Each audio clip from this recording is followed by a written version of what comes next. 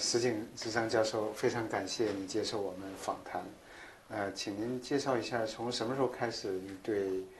中国研究有兴趣？从什么时候开始学中文的？其实吧，我在高中的时候就看了有关中国的，中日战争之后的一个朝日新闻比较有名的记者写的一本书，看完了这本书之后，给我的这个印象特别深。我们日本人战争的时候，在中国大陆做了什么样的坏事情？之前什么都没有，学过，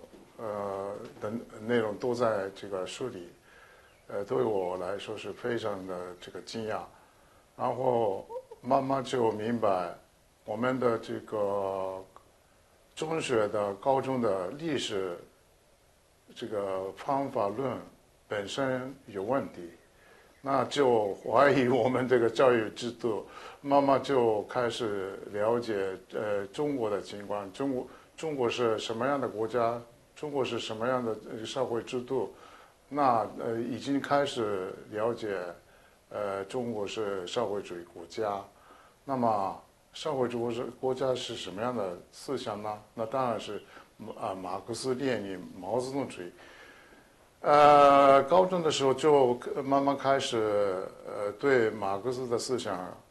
感兴趣，当时已经开始读主要的马克思的著作，我那时候已经开始研究马克思，与此同时研究中国社会是这样子。妈妈当时还没有上大学的时候，还没有机会学中文。上大学之后就慢慢就学习中文嘛，然后2年后不是其实吧我先到美国留学，因为对于我来说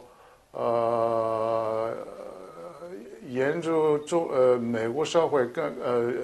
比研究中国社会更重要，而且我的英语能力但是有限，我对我自己的将来好好考虑的时候，就首先要到美国留学，而且幸运的是我在早稻田大学被选了一个候选人送到美国留学，81年的时候就到美国一个私立大学读了1年，当时也对马克思或者是哲学方面的，尤其是康德、黑格尔非常感兴趣。在美国学的马克思思想也和我的理解有所不一样，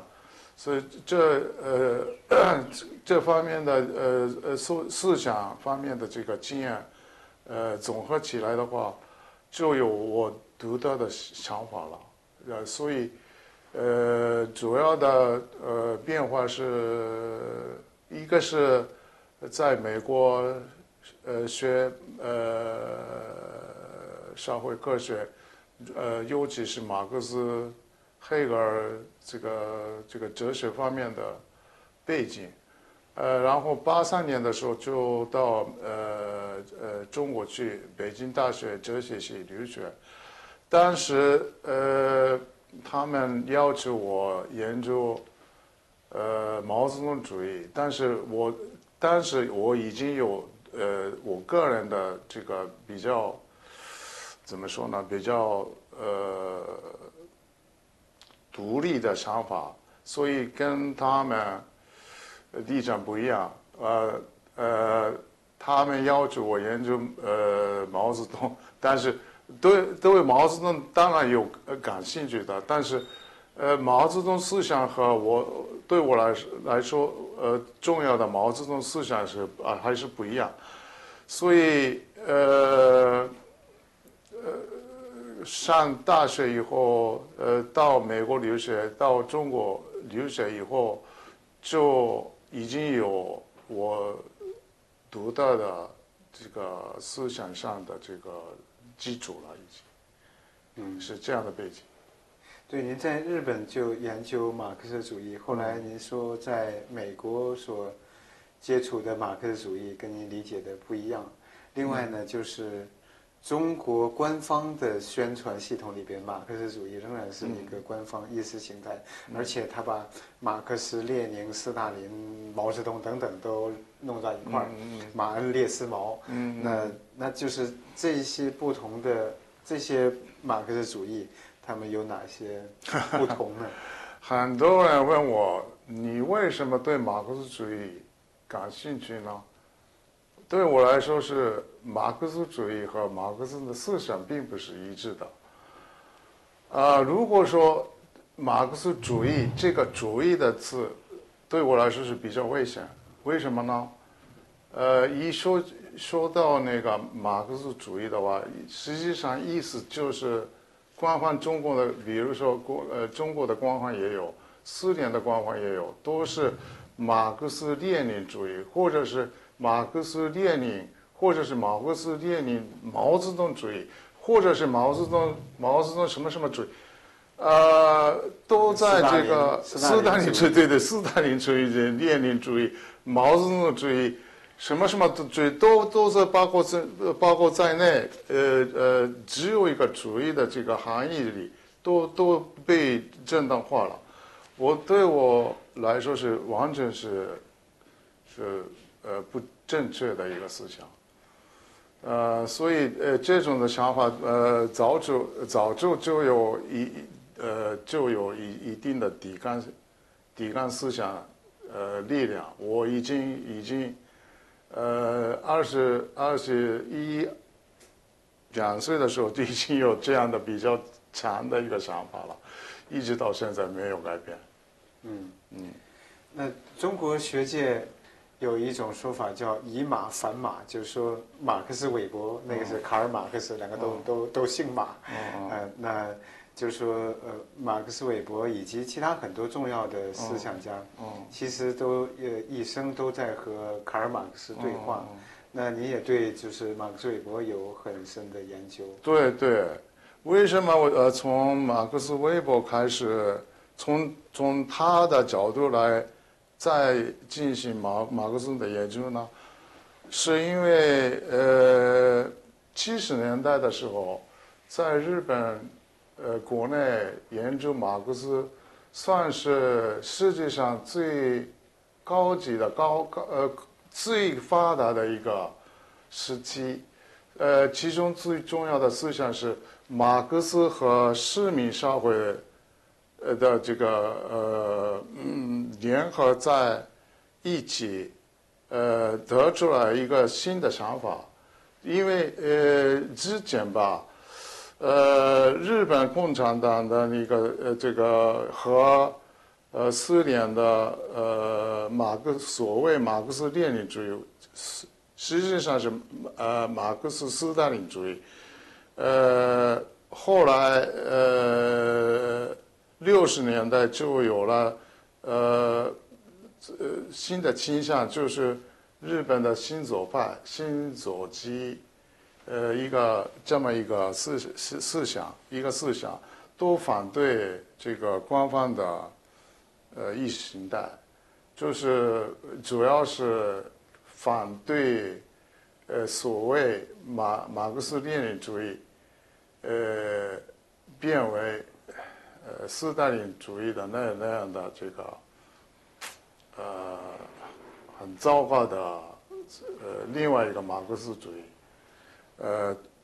但是呢，这个70年代在日本比较流行的，通过市民社会论理解的马克思的思想并不是一样。通过马克思韦伯。马克思韦伯为什么他的思想厉害呢？是因为他批判马克思思想的这个负面的一个局面，但是与此同时，马克思韦伯非常赞同马克思好的地方。好的地方就是，他并不否定他本来有的市民社会的一个思想，这个和马克思韦伯的思想是完全一致的。那么马克思韦伯和马克思合在一起的话，就成为另外一个学者。就是对我来说最重要的是，你应该知道一个20年代德国的共产党人第二战争之前跑到美国来，所谓反共的一个反对官方马克思主义的韦特夫。我对韦特夫特别感兴趣，是因为1989年的这个天安门事件，有过这样的事情，是通过什么样的这个理论来得出来的一个结论呢？都是对这个卡尔韦特夫来说都是明显的，都是东方这个专制主义，而且这个东方专制主义的思想起源是马克思，并不是列宁，也不是斯大林，他这个马克思思想本来就坚持反对东方专制主义的一个思想的根据，就是所谓亚细亚生长方式的一个这个思想结构里也已经提出了这样的想法了。所以我的其实89年天安门事件发生了，天安门事件的时候还没有读完他的主要的著作，后来慢慢就开始研究，就明白他的思想怎么厉害。一直到现在，我还在这个非常崇拜的一个社会科学学家就是韦特夫。对，韦特夫他好像从亚细亚生产方式，中国的传统的治水社会，然后提出东方专制主义。那对于你认为他的这些理论对于理解中国的传统，包括从秦朝之后的皇权传统，一直到后来共产党夺权之后建立的这个集权体制，有什么样的启示呢？是的。韦特夫的特点就是，人家把他的思想叫做反共思想，但是，如果你好好读他的著作的话，他并不是反对马克思本人的思想，恰恰相反。他非常支持一直被忘记了，或者是被故意影响的马克思非常重要的思想就是亚细亚生长方式。现在如果说起亚细亚生长方式的话，人家都觉得这个是经济上结构的问题，并不是政治的问题，但是马克思的想法并不是用这个词来批评中国经济经济上的结构，而是这样的经济基本上面有这个上层结构嘛，下面这个中国独特的经济结构的上面就有东方专制主义的，这是一套总的一个社会结构，把它叫做是亚细亚生长方式，所以没有能够理解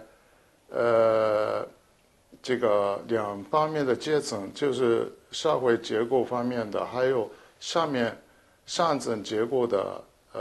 这个政治方面的这个局面放在一起，才能真正的理解，这个韦德福的观点。对，也就是在这样的思想背景下，您从国家和社会关系的角度去分析，1949年中国工会的发展，能不能请您介绍一下您的基本观点和论述？官方的这个所谓马克思列宁主义是国家和社会合在一起的。并在一起的一个整体的一个系统，并不是社会和国家离开的两个这个极端的这个有距离的独立的范围内能够理解的国家和社会，如果在一起的话呀，就是工人，虽然他们说工人和农民是国家的一个主人翁，但是呢，实际上是个人就是在国家代表个人。这是各个农民和国家，但是呢，如果国家的利益和个人的利益已经是没有离开的话，在这个已经是一致的话，就没有能够发挥本来应该这个个人有的就是各个工人的这个能力，利益发挥出来，国家就用国家主义的逻辑来说的话，个人的利益，通过国家全体的力量才能发挥最大的、最有效率的这个本来会有的一个个人的力量，但是这个完全是不对的，因为实际上是国家压制个人，逻辑上说个人的这个利益通过国家的利益才能全面发挥出来，这是逻辑上是可以理解是，但是实际上是只是给个人压力，而不能够发挥个人的这个原来有的利益或者是力量等等，有这样的一个很严重的问题，所以这样的想法嘛，70年代就是邓小平时代开始，慢慢就有新的想法，就是邓小平就提出来，工人的个人的这个利益，通过工会来最有效的发挥出来工人的利益，这是想法是对的。但是呢，实际上是通过开放政策之后，慢慢就工人也就理解，自己也能够通过工会的力量，慢慢就能够发挥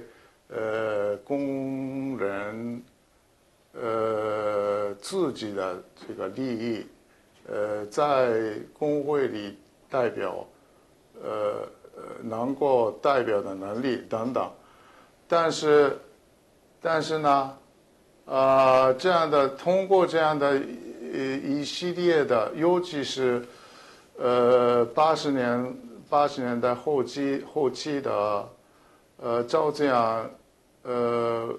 以赵紫阳为主的一系列的改革政策之后，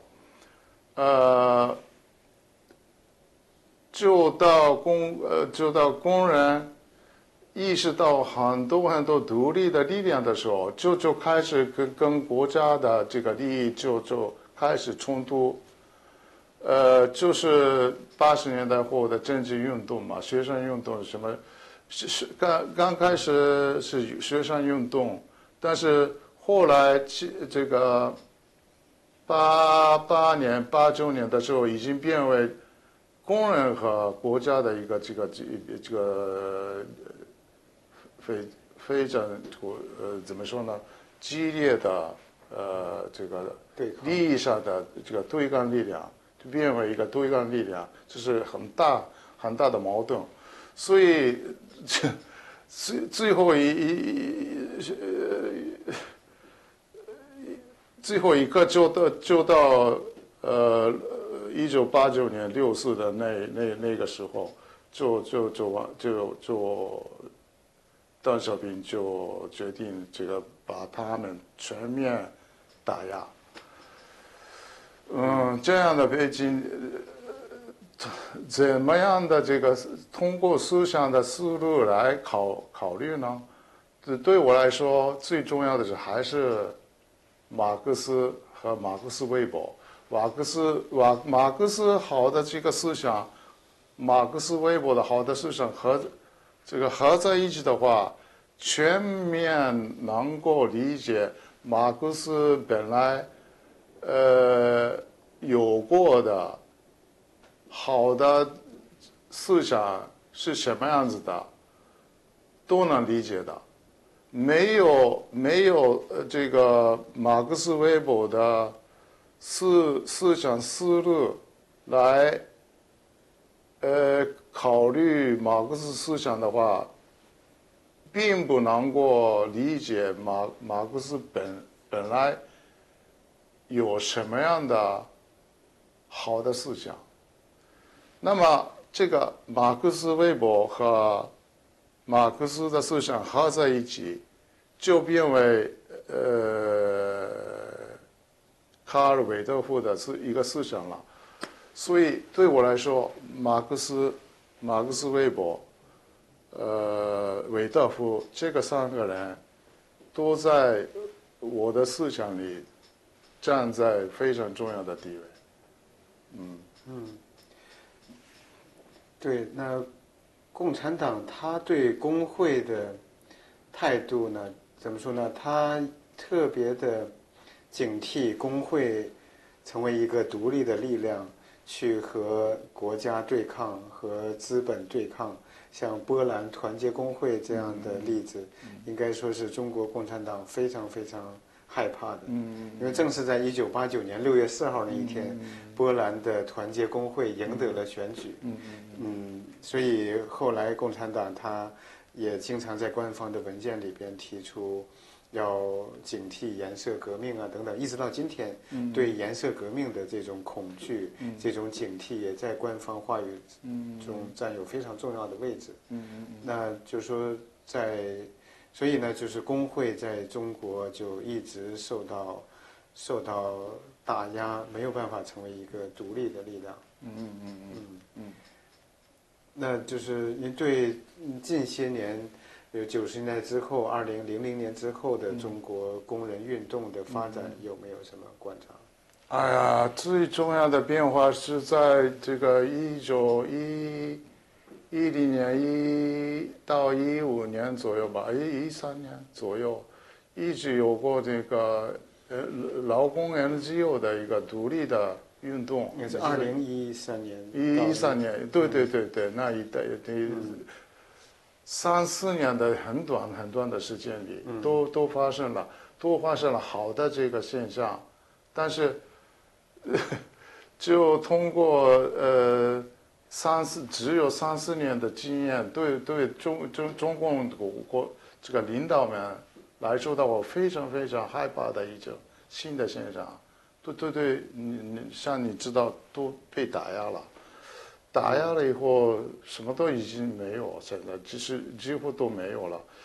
NGO 的所谓的这个财经方面的来源都被否定，你应该知道。国外的这个援助都被否定。其实我们日本政府也有对劳工 NGO 有所支持，但是美国的支持是从下面，我们的日本的从上面来支持，这个上面的都被否定，现在什么都做不了，所以全国总工会的这个所谓工会运动，尤其是这3年里啊，在疫情情况下，支持